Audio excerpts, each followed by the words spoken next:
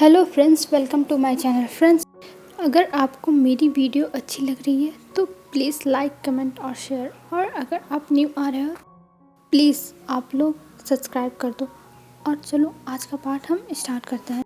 हमने देखा था लैन वांगजी और लैन शिचन लैन शिया को ढूंढने लगते हैं और वो लोग ढूंढ रहे थे, पर उन्हें लैन शिया का कुछ पता नहीं चल रहा था और वो लोग वंशु को भी ढूंढ रहे थे। और इधर हमें विंग को दिखाते हैं। विंग एक कार के सामने चक्कर खा के गिर गया था और वो थे फेमियान, और फेमियान लेके गए थे अपने घर और जियाचन विंग को अपने रूम में सुलाया हुआ था और विंग को उसने खाना खाने को दिया। फिर उसके बाद उसने कहा वो एक्सप्लोर करके पूरा रूम देख सकता है, तो वो देख रहा था और वो वहाँ पे बुक्स देखता है। वो बहुत सारी बुक्स थी और उन बुक्स को जियानसन ने कलेक्ट किया था, कलेक्शन टाइप में लग रही थी। और ये देख के विंग देखता रह जाता क्योंकि वो बुक बहुत ज़्यादा महंगी थी और बहुत ज़्यादा मोटी थी।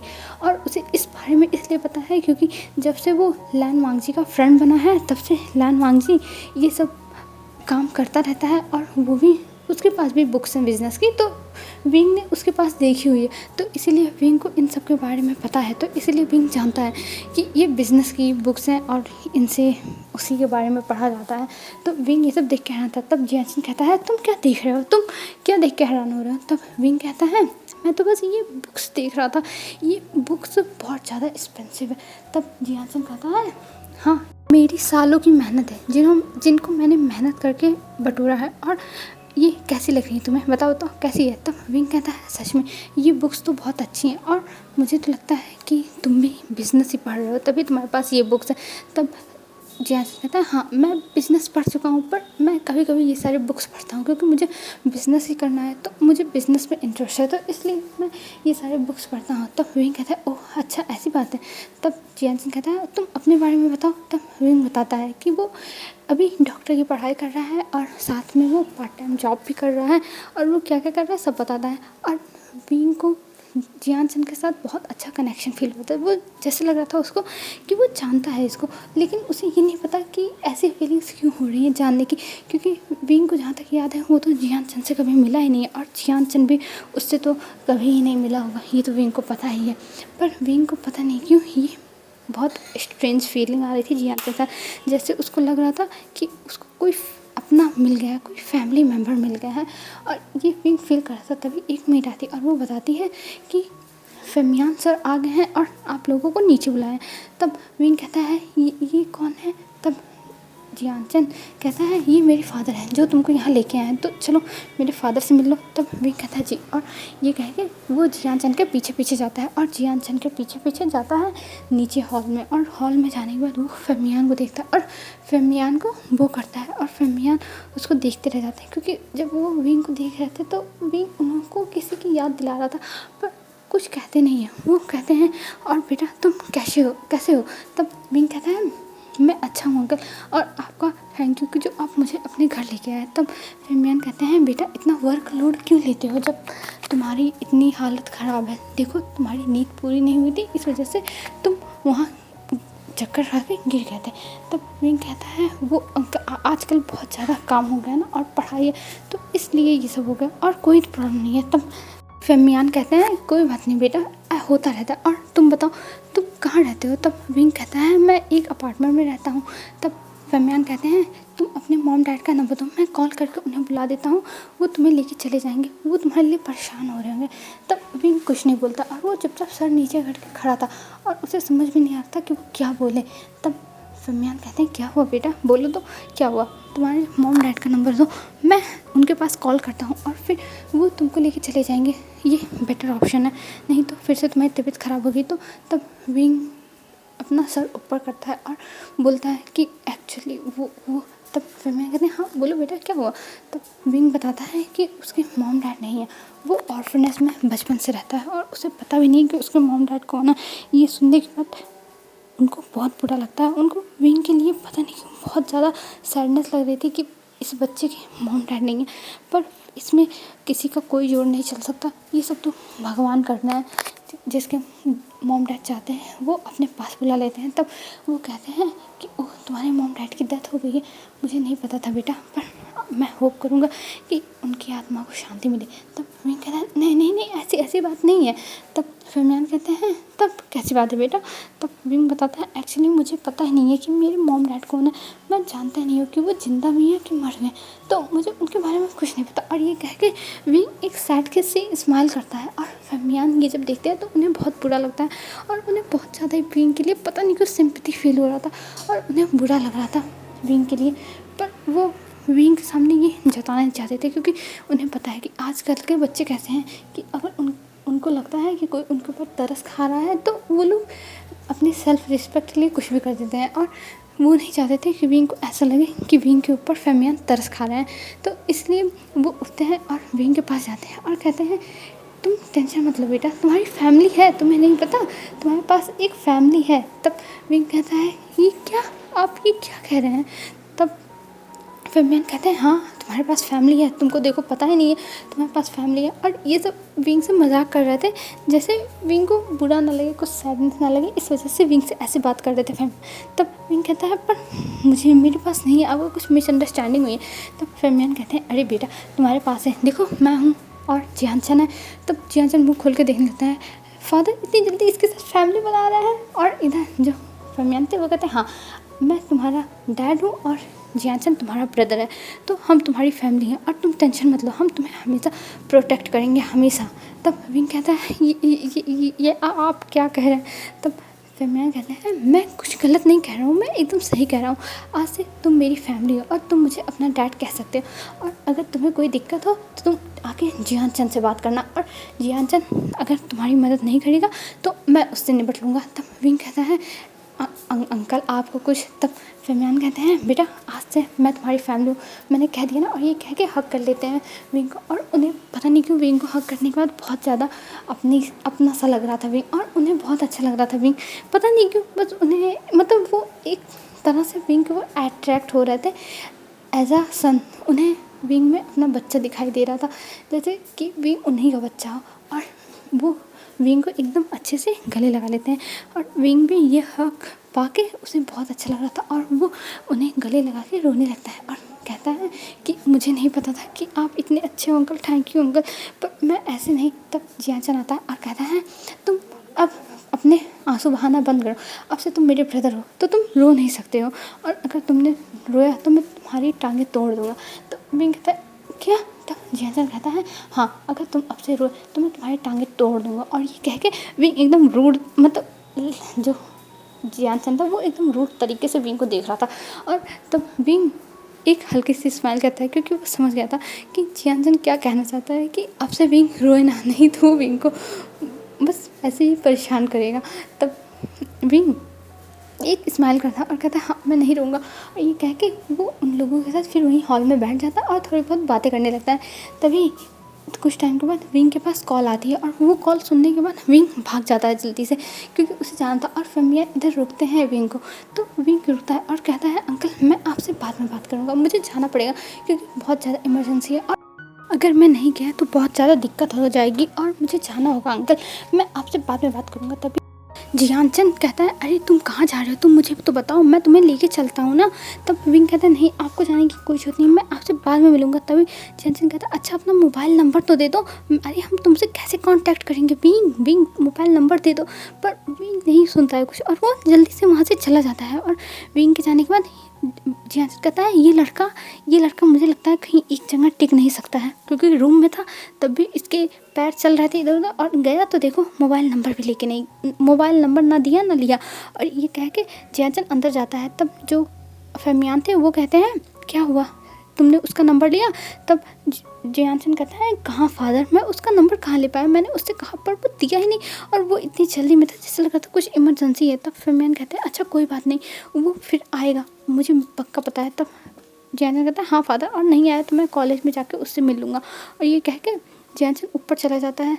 और इधर जो फरमान थे वो अपने ब्रदर के पास कॉल करते हैं और कहते हैं ब्रदर आप कितने सालों तक अब वहाँ रहोगे, प्लीज़ ब्रदर वापस आ जाओ, हमें आपकी बहुत याद आती है। और ब्रदर मैं जानता हूँ कि उस समय जो भी हुआ था वो होना नहीं चाहिए था पर हो गया ना, अब उसको भूल जाओ ब्रदर और चले आओ, हमें आपकी बहुत याद आती है, प्लीज़ ब्रदर। तब जो उधर से मिस्टर वी थे वो कहते हैं ठीक है, मैं कोशिश करूँगा और मैं मनाने की कोशिश करूँगा, अगर वो मान गई तो मैं आऊँगा, और लेकिन वो अगर नहीं मानी तो मैं नहीं आऊँगा, क्योंकि तुम जानते हो मैं उससे बहुत प्यार करता हूँ और उसके बिना मेरा कुछ नहीं है और मैं कहीं नहीं रह सकता, और वही तो मेरी एक बच्ची है।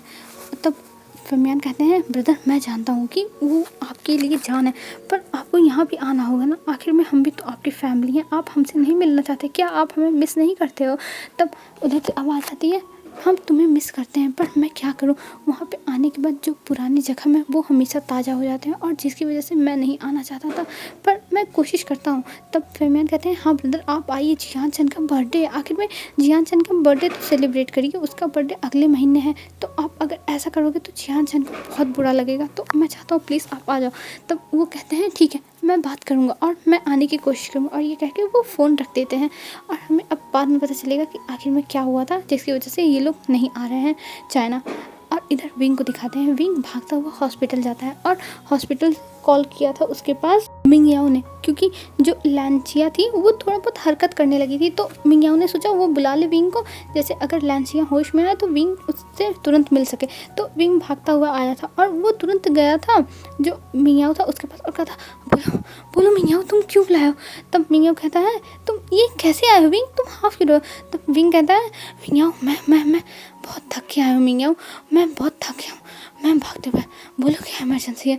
तब जो मिंग याओ था वो कहता है अरे विंग बैठ जाओ और पहले सांस ले लो, फिर उसके बाद हम बात करते हैं, और ये कह के विंग को बैठा देता है, और विंग बैठ के लंबी लंबी सांसें लेने लगता है, क्योंकि वो बहुत ज़्यादा थक गया था, वो इमरजेंसी में भागता हुआ हॉस्पिटल के बाहर से आया है, तो इसीलिए वो बैठ के सांसें लेने लगता है। फिर मिंग याओ कहता है अच्छा हुआ तुम आ गए विंग, और तुमसे मुझे कुछ कहना था। तब विंग कहता है बोलो मिंग याओ क्या कहना है। तब मिंग याओ कहता है जिस लड़की को तुमने एडमिट कराया है वो थोड़ा बहुत रिस्पॉन्स दे रही है, और हो सकता हो वो जल्दी होश में भी आ जाए, वो आज भी होश में आ सकती है, 1 घंटा बाद भी होश में आ सकती है, 5 मिनट बाद भी होश में आ सकती है, और ये 2 हफ्ते बाद भी होश में आ सकती है, 1 महीने बाद भी होश में आ सकती है, कुछ भी हो सकता है। तब विंग कहता है मिंग याओ ब्रदर आप ये क्या कह रहे हो, जब वो होश में आ जाती तब मुझे बुलाए होते ना, मैं कितना टेंशन में भाग के आया हूँ पता है आपको।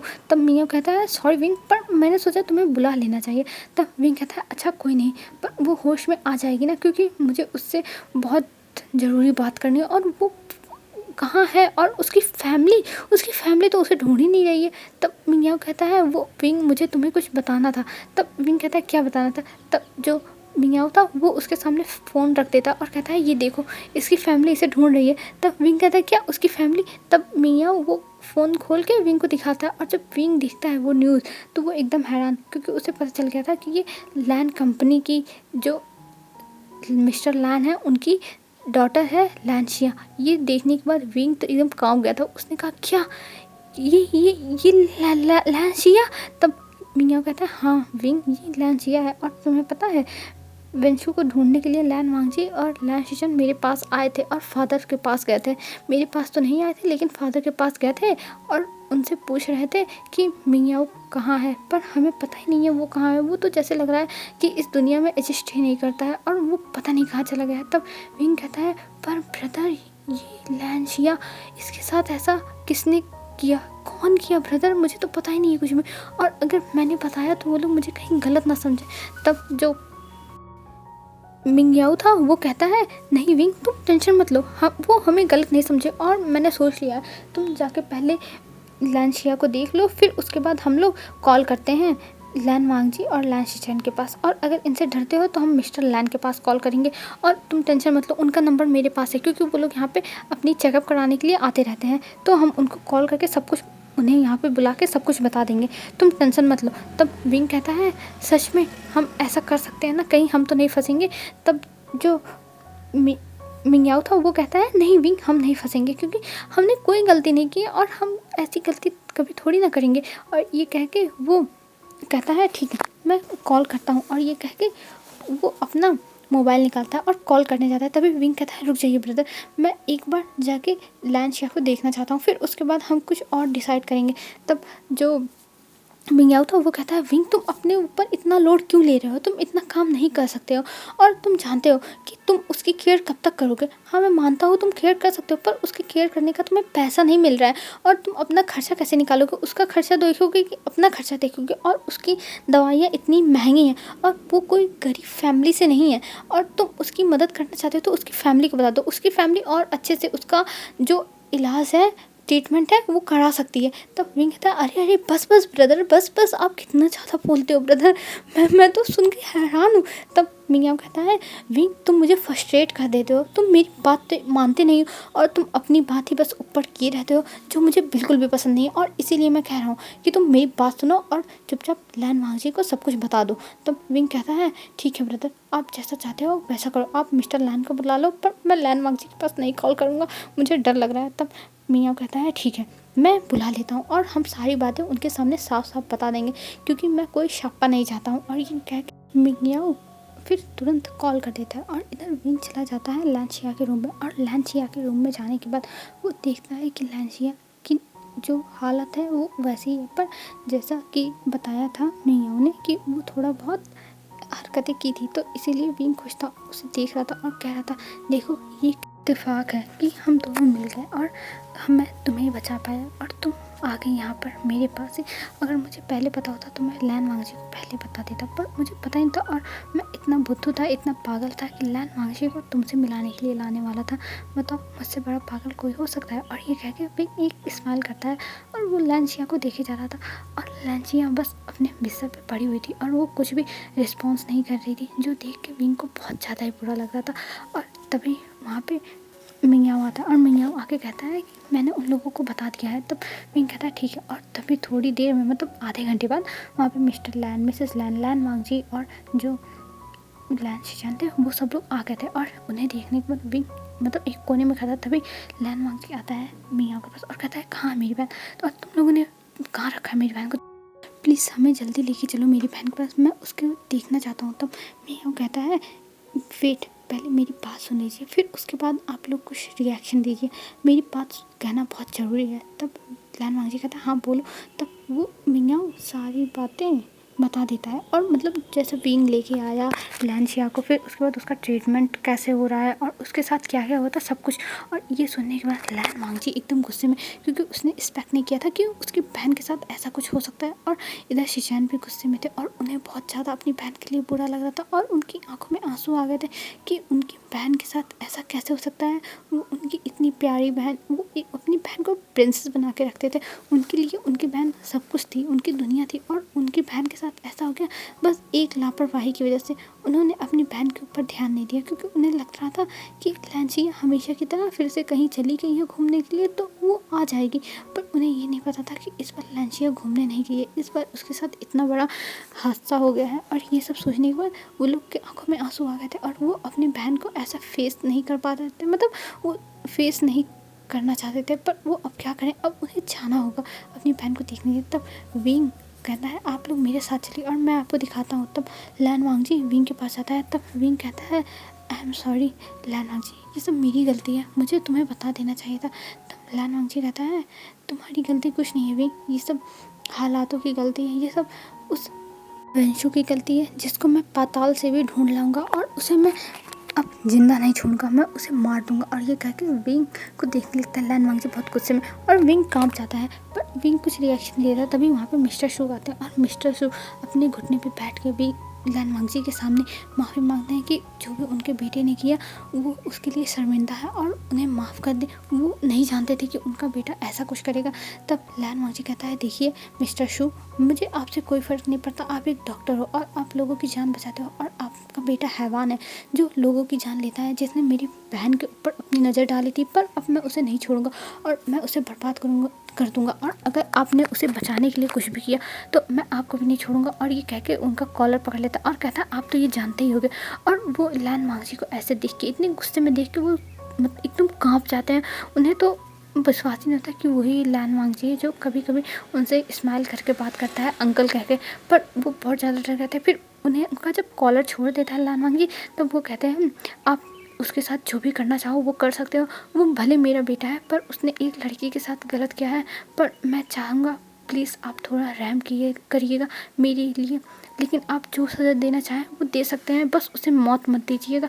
तब लैन वांगजी कहता है ठीक है, मैं आपकी ये बात का मान रखूँगा और मैं यही करूँगा, लेकिन मैं उसे इतना टॉर्चर करूँगा कि वो मुझसे भीख मांगेगा अपनी मौत की। और ये कह के लैन वांगजी मिस्टर शू को देखता है और मिस्टर शू अपना सर नीचे कर लेते हैं, क्योंकि उन्हें पता था कि सारी गलती उसके बेटे की है और वो लैन वांगजी के बारे में सब कुछ जानते हैं। क्योंकि जब लैन वांगजी को जैसे कभी कहीं पे गोली लग जाती है किसी फाइटिंग वाइटिंग में, या फिर मतलब कुछ भी उसके आदमियों को होता है, तब वो मिस्टर शू के पास ही ट्रीटमेंट के लिए आते हैं, क्योंकि मिस्टर शू उनके बहुत ज़्यादा विश्वास पात्र इंसान है और इसीलिए उनके पास आते हैं। और वो इनकी फैमिली को भी नहीं बताएंगे कि लैन वांगजी क्या करता है, क्योंकि लैन वांगजी ने कहा हुआ है कि उनकी फैमिली को कुछ भी नहीं पता चलना चाहिए लैन वांगजी के बिज़नेस के बारे में। तब मिस्टर शू कहते हैं ठीक है, आप लोग जाके अब मिल लीजिए मिस वेंचिंग से। और ये कह के वो वहाँ सर नीचे करके खड़े हो जाते हैं। तब लैन वांगजी और लैन वांगजी की पूरी फैमिली अंदर जाती है और अंदर जाने के बाद वो देखते हैं लैन शी एकदम पड़ी हुई है बिस्तर पे, और बिस्तर पे उसके आसपास मतलब चारों ओर एकदम मशीन ढेर सारी लगी हुई हैं और सब में से आवाज़ें आ रही हैं। और ये सब देखने के बाद मिसेस लैन रोने लगती हैं और वो कहती हैं मेरी बच्ची जिसको सुई से इतना डर लगता था वो आज इतनी सारी मशीनों के बीच में पड़ी है, जो हॉस्पिटल कभी नहीं आना चाहती थी वो इतने दिनों से हॉस्पिटल में पड़ी है। और वो रोने लगती हैं। फिर तभी वो उठती हैं और तुरंत विंग के पास जाती हैं और विंग का हाथ पकड़ के विंग से कहती हैं थैंक यू बेटा मेरी बेटी की जान बचाने के लिए, और अगर तुम ना लाए होते तो आज ये मर गई होती और हमें कुछ पता ही नहीं चलता इसके बारे में। तब जो विंग था वो कहता है नहीं आंटी आप ऐसा मत कहिए, ये मेरा फर्ज था और मैं उसी रास्ते में था तो इसीलिए मैंने देखा तो मैंने बस मदद कर दिया एक इंसान होने की वजह से, और आप ऐसा मत कहिए। तब लैन वांगजी विंग के पास आता है और विंग से कहता है कि थैंक यू विंग मैं हमारी बहन को यहाँ लाने के लिए। और ये कह के लैन वांगजी की आंख से आंसू गिर जाते क्योंकि वो अपनी बहन को ऐसी हालत में नहीं देख पाता। और जो लैन शिजान थे वो कहते हैं मैं पक्का उस वेंशु को तो छोड़ूंगा नहीं, मैं उसे मार दूंगा, मैं अपने हाथों से मारूंगा उसे, उसने मेरी बहन के साथ ये सब किया है ना, मैं उसे मार डालूंगा। और ये कह के वो बहुत ज़्यादा गुस्से में आ जाता है। तब लैन वांगजी कहता है गग्गा आप शांत हो जाओ, मैं उससे निपट लूँगा और देखना मैं उसे छोड़ूंगा नहीं, मैं उसको ऐसी मौत दूंगा, ऐसा इतना टॉर्चर करूँगा कि वो अपनी मौत के लिए मुझसे भीख मांगेगा पर उसे उसकी मौत नहीं आएगी। तब लैन शिजन कहते हैं मैं उसे जान से मार दूंगा। तब लैन वांगजी कहते हैं नहीं गगा मैंने तो उसके लिए कुछ और सोच के रखा है, आप उसकी टेंशन मत लो, उसको मैं इतना टॉर्चर करूँगा कि वो तिल तिल मरेगा, हर पल वो बस मरने की भीख मांगेगा। और ये कह के लैन वांगजी एक डेविल सा स्माइल करता है और लेकिन उसकी आंखों से आंसू गिर रहते और उस स्माइल में उसका दर्द दिख रहा था जो उसको अपनी बहन के लिए फील हो रहा था। और इधर विंग था जो ये सब देख के एकदम हैरान था क्योंकि वो जानता था कि लैन फैमिली बहुत ऊंची फैमिली है और वो लोग कुछ भी कर सकते हैं, पर उसे नहीं पता था कि लैन वांगजी अपनी फैमिली से इतना प्यार करता है। क्योंकि कभी भी लैन वांगजी अपना जो बर्ताव है या फिर कुछ भी रिएक्शन है अपनी फैमिली के लिए प्यार का वो कभी दिखाता नहीं था, वो हमेशा स्टिफ फेस बना के हमेशा सब लोगों से रूड रहता था, चाहे उसकी फैमिली हो चाहे जो हो। पर आज जैसा लैन वांगजी है वैसा विंग देख के एकदम हैरान है और विंग बस लैन वांगजी को ही देखे जा रहा था। तब विंग कहता है अब मुझे चलना चाहिए यहाँ से, और विंग वहाँ से चला जाता है। तब जो लैन वांगजी था वो जो मिंगयाओ था उसको बुलाता और कहता है क्या हम लैन शी को घर पे लेके जा सकते हैं, हमें लैन शी को घर पे लेके जाना है। तब जो मिंगयाओ था वो कहता है हाँ ज़रूर आप लेके जा सकते हो, लेकिन ऐसी ये फैसिलिटी वहाँ करनी होगी और हमें पता है कि आप लोग कर लोगे, और इसीलिए मैं कह रहा हूँ कि आप लोग लेके जा सकते हो लैन शी को, और अगर आपके पास ऐसी फैसिलिटी नहीं रहती तब आपको यहाँ पे रहना पड़ता। तब लैन वांगजी कहता है हाँ ठीक है हम लेके जाएंगे, पर हमें लैन शी के लिए एक डॉक्टर और एक नर्स चाहिए। तब जो मियाओ था वो कहता है तब हमें माफ़ कर दीजिए पर हम एक डॉक्टर और एक नर्स कहाँ से हायर कर सकते हैं, क्योंकि जो हमारे यहाँ के डॉक्टर हैं वो लिमिटेड है और यहाँ पे ज़्यादा डॉक्टर्स हैं नहीं, और सबके पेशेंट्स हैं जिन्हें उन्हें देखना रहता है, तो इसके लिए मुश्किल हो जाएगा। तब लैन वांगजी कहता है देखो तुम चाहे जो करो मुझे इससे कोई मतलब नहीं है, बस मुझे मेरा एक प्राइवेट डॉक्टर और एक प्राइवेट नर्स चाहिए, और वो जितनी कीमत मांगेगा उतनी मैं देने के लिए तैयार हूँ, बस मुझे एक डॉक्टर चाहिए और एक नर्स चाहिए। और ये कह के लैन वांगजी देखता है मिंगयाओ को। तब मिंगयाओ कहता है ठीक है सर मैं कोशिश करूँगा, मुझे थोड़ा टाइम दीजिए और मैं आपकी मदद करने की पूरी कोशिश करूँगा, बस मुझे कुछ टाइम दीजिए, 2 दिन दे दीजिए मैं कोशिश करूँगा। तब लैन वांगजी कहता है ठीक है मैं तुम्हें टाइम दे रहा हूँ क्योंकि ये मेरी बहन की बात है, तो मैं अपनी बहन के लिए कुछ भी कर सकता हूँ, तो मैं तुम्हें टाइम देता हूँ तुम कुछ कर